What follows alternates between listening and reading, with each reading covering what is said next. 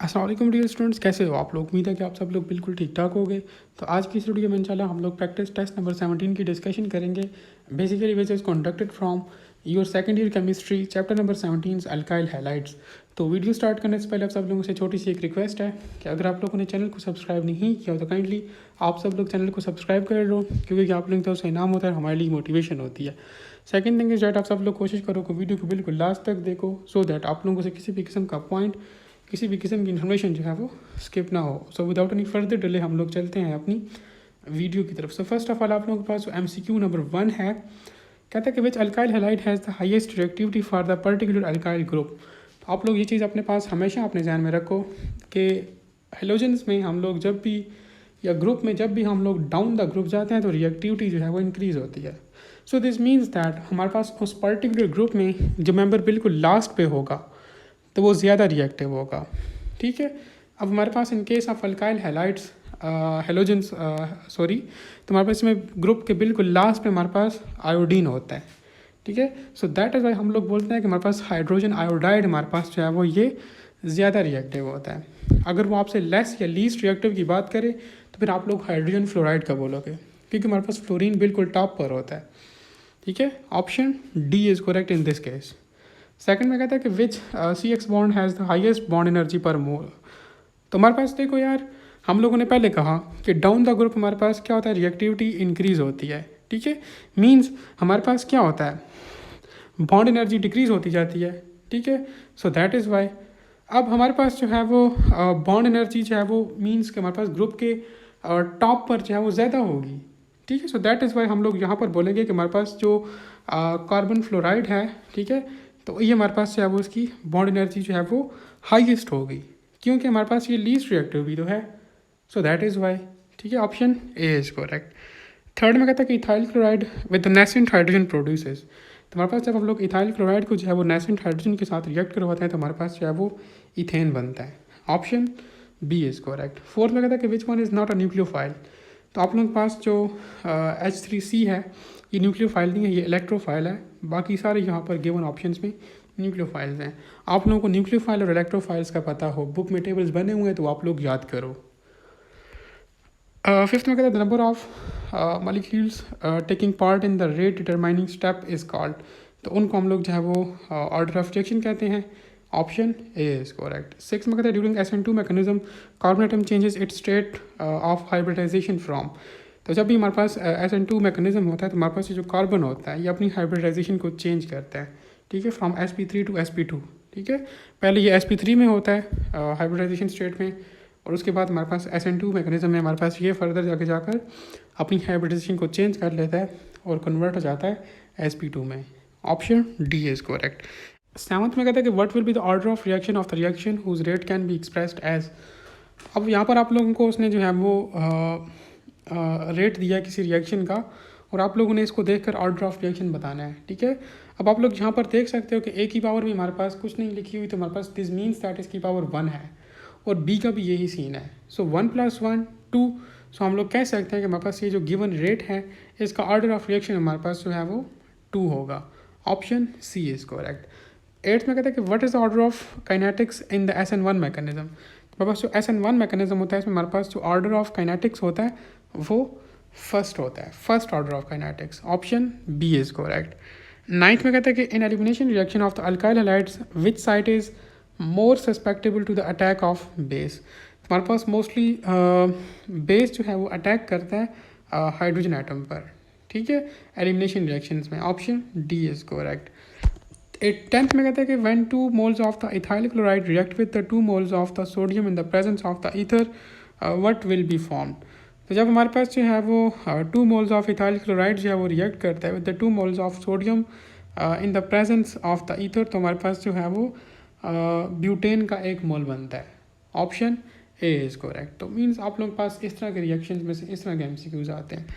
11th में कहता है कि the ether used in the word synthesis is. तो हमारे पास बेसिकली जो ईथर होता है ये ड्राई ईथर हम लोग यूज़ करते हैं। ठीक है, और वर्ड सिंथेसिस प्रोसेस में या वर्ड सिंथेसिस रिएक्शन में। Option D is correct. 12th में कहता है कि when carbon dioxide is made to react with the ethyl magnesium iodide followed by the acid hydrolysis the product formed is. तो हमारे पास जो प्रोडक्ट है वो प्रोपेनोइक एसिड बनता है। Option B is correct.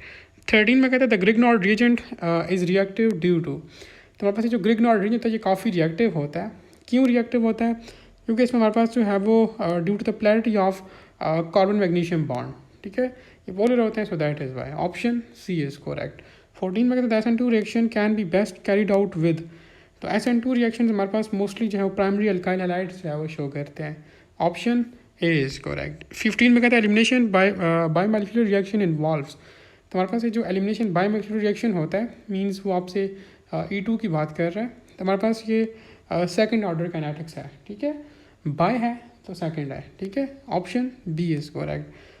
16 में कहते हैं कि for which mechanism the first step involves is the same. तो हमारे पास E1 का और SN1 का जो हमारे पास फर्स्ट स्टेप होता है वो ऑलमोस्ट सेम होता है। Option C is correct. 17 में कहते हैं the rate of the E1 reaction depends upon. तो हमारे पास जो E1 रिएक्शन होता है इसका रेट हमारे पास डिपेंड करता है कॉन्सेंट्रेशन ऑफ सबस्ट्रेट पर। Option A is correct. 18 में कहते हैं alkyl halides are considered to be very reactive compound towards the nucleophile because, क्योंकि हमारे पास they have electrophilic carbon and a good leaving group, so that is why. Option B is correct. 19 में कहता है कि which one of the following species is not a electrophile.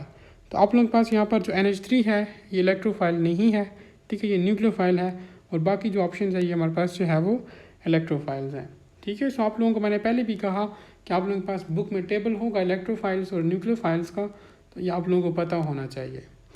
20 में कहता है कि which one of the following alcohols will be formed when the ethyl magnesium bromide react with the acetone. तो जब हम लोग इथाइल मैग्नीशियम ब्रोमाइड को react करवाते हैं एसीटोन के साथ तो हमारे पास अल्कोहल बनता है। अब कौन सा अल्कोहल बनता है? टर्शरी अल्कोहल बनता है। Option C is correct. 21 में कहता है in primary alkyl halides the halogen atoms is attach to the carbon which is further attach to how many carbon atoms. तो फर्दर हमारे पास जो है वो सिर्फ आगे जाकर सिर्फ एक कार्बन के साथ अटैच्ड होता है। Option C is correct. 22 में कहता है the best method of the preparation of the alkyl halides is a reaction of the alcohol with. तो जब हम लोग अल्कोहल को जो है वो रिएक्ट करवाते हैं SOCl2 के साथ या पायरिडीन के साथ, तो हमारे पास जो है वो अल्काइल हैलाइड बनता है और ये हमारे पास इसकी बेस्ट प्रिपरेशन इसे माना जाता है। Option B is correct. 23 में कहता है alkyl halide undergoes a type of reaction. तो हमारे पास ये जो अल्काइल हैलाइड्स होते हैं ये न्यूक्लियोफिलिक सब्स्टिट्यूशन रिएक्शन भी शो करते हैं और एलिमिनेशन रिएक्शंस भी शो करते हैं। Option D is correct, both A and C. 24 में कहता है कि 50% inversion of the configuration of the molecules take place in. तो हमारे पास जो SN1 रिएक्शन होता है इसमें हमारे पास जो है वो 50% इन्वर्जन्स होती है, ठीक है। Option C is correct. 25 में कहते हैं the alkyl halide molecules on which a nucleophile attack, तो उसे हम लोग जो है वो लीविंग ग्रुप कहते हैं। Option B is correct. 26 में कहता है beta elimination reactions are due to. हमारे पास ये जो बीटा एलिमिनेशन रिएक्शंस होते हैं ये due to the attack of the increasing nucleophile on the beta hydrogen, ठीक है, तो इसकी वजह से हो रहे होते हैं। Option B is correct. 27 में कहता है प्राइमरी अल्काइल हैलाइड्स गिव। तो हमारे पास जो प्राइमरी अल्काइल हैलाइड्स होते हैं ना, अब बेसिकली ये E2 रिएक्शन और SN2 रिएक्शन जो है वो दे रहे होते हैं in most of the cases. Option A is correct. 28 में कहता है कि टर्शरी अल्काइल हैलाइड्स गिव्स। तो हमारे पास ये टर्शरी अल्काइल हैलाइड्स होते हैं ये SN1 और E1 रिएक्शंस देते हैं, ठीक है। Option A is correct. 29 में कहता है alkyl halides react with the zinc in the presence of the aqueous HCl to form. तो अल्काइल हैलाइड जब हमारे पास इसको हम लोग जिंक के साथ रिएक्ट करवाते हैं इन द प्रेजेंस ऑफ HCl तो हमारे पास जो है वो अल्कीन्स बनते हैं। Option C is correct. असल में ये रिएक्शंस आप लोग बार बार देखोगे ना तो आप लोगों को ये फिंगर टिप्स पे याद हो जाएंगे, ठीक है। अगर फिंगर टिप्स पर याद नहीं होता तो एटलीस्ट आप लोग रिएक्शंस को सॉल्व करना सीख जाओ तो आप लोग ये ईजिली जो है वो इस तरह के MCQs को टैकल कर लोगे। 30 में कहते हैं order of reaction the order of SN1 reaction. तो हमारे पास ये जो SN1 रिएक्शन है इसका जो ऑर्डर है ये 1 ही होता है। Option A is correct. 31 में कहता है कि क्लोरोमीथेन इज़ यूज्ड इन। तो हम लोग क्लोरोमीथेन को यूज़ करते हैं in the production of silicon polymer. इसको हम यूज़ करते हैं manufacturing of the butyl rubber. इसको हम लोग यूज़ करते हैं पेट्रोलियम रिफाइनिंग के लिए। So option D is correct, all of these. Next 32 में कहता है कि which statement is incorrect about the reactivity of alkyl halides. तो हमेशा आप लोग 3-4 चीज़ें अपने ध्यान में रखो कि बॉन्ड एनर्जी जितनी ज़्यादा होगी ना तो रिएक्टिविटी उतनी कम होगी, ठीक है। बॉन्ड पोलैरिटी जितनी ज़्यादा होगी रिएक्टिविटी फिर भी उतनी कम होगी, ठीक है, दोनों चीज़ों का आपस में इन्वर्स रिलेशन है। अगर हमारे पास बॉन्ड एनर्जी ज़्यादा हुई तो स्टेबिलिटी भी हमारे पास जो है वो ज़्यादा होगी, क्योंकि वो लेस रिएक्टिव होगा। और अगर आप लोग के पास इलेक्ट्रोनेगेटिविटी डिफरेंस जो है वो ज़्यादा हुआ तो स्टेबिलिटी फिर भी जो है वो ज़्यादा होगी। अगर आप लोग इन चारों पॉइंट्स को जहन में रखो तो आप लोग ये चीज़ खुद जो है वो एस्टिमेट लगा लोगे कि यहाँ पर ऑप्शन सी जो है वो इनकरेक्ट है, क्योंकि हमने कहा था कि हमारे पास बॉन्ड एनर्जी ज़्यादा होगी तो हमारे पास स्टेबिलिटी भी हमारे पास ज़्यादा होगी, जबकि यहाँ पर उसने कहा हुआ कि smaller the stability. So option C is incorrect. 33 में कहता है कि which statement is incorrect about the nucleophilic substitution reaction. तो यार देखो, हमारे पास जो इनकमिंग न्यूक्लियोफाइल होता है उसे स्ट्रॉन्गर होना चाहिए देन द लिविंग वन, ठीक है। The leaving nucleophile must be stronger, no, option B हमारे पास ये रॉन्ग है, ठीक है। हमारे पास जो अब इनकमिंग न्यूक्लियोफाइल है ना उसको स्ट्रॉन्गर होना चाहिए, और जो लिविंग न्यूक्लियोफाइल है उसको वीकर होना चाहिए, ठीक है, स्ट्रॉन्गर नहीं होना चाहिए। सो ऑप्शन बी हमारे पास यहाँ पर इनकरेक्ट है। ऑप्शन सी और डी को भी देख लो, कहता है कि tertiary alkyl halides generally give the SN1 reaction, ये भी ठीक है। SN2 reaction is a single step mechanism, ये बात भी ठीक है, लेकिन सिर्फ यहाँ पर ऑप्शन बी गलत है, ठीक है। हमारे पास जो लिविंग न्यूक्लियोफाइल होता है इसको हमारे पास जो है वो वीक होना चाहिए, ठीक है, ताकि ये ईजिली लीव हो सके। Option B is incorrect. 34 में कहते हैं beta elimination the resulting product is, जब हमारे पास बीटा एलिमिनेशन रिएक्शन होता है या E2 रिएक्शन होता है तो हमारे पास जो है वो अल्कीन बनता है। Option D is correct. 35 में कहता है कि when alkyl halides react with the sodium metal in the presence of ether which product is form, जब हमारे पास जो है वो अल्काइल हैलाइड जो है वो रिएक्ट होता है सोडियम मेटल के साथ ईथर की प्रेजेंस में, तो हमारे पास जो है वो अल्केन बनता है, ठीक है, with even number carbons. Option A is correct. 36 में कहता है कि when 2 moles of the ethyl chloride react with the 2 moles of sodium in the presence of the ether, तो हमारे पास जो है वो 1 मोल ऑफ ब्यूटेन बनता है। ये MCQ हम लोग पहले भी डिस्कस कर चुके हैं। 37 में कहता है कि which one of the following halide can give the best SN2 reaction, तो हमारे पास SN2 reactions mostly primary alkyl halides देते हैं। Option A is correct.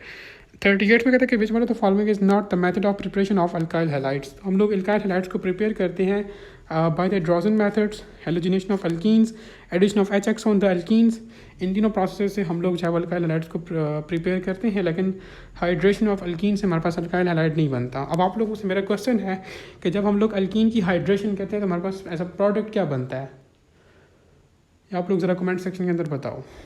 Next 39 में कहता है कि why alkyl halides are considered to be very reactive compound towards the nucleophile, तो हमारे पास इसलिए ये ज़्यादा रिएक्टिव होते हैं क्योंकि they have an electrophilic carbon and a good leaving group, so that is why. Option D is correct. 40 में कहता है कि विच इज़ मोर स्टेबल, तो हमारे पास जो टर्शरी कार्बोकेशन होते हैं ये ज़्यादा स्टेबल होते हैं, और उसके बाद सेकेंडरी, उसके बाद प्राइमरी।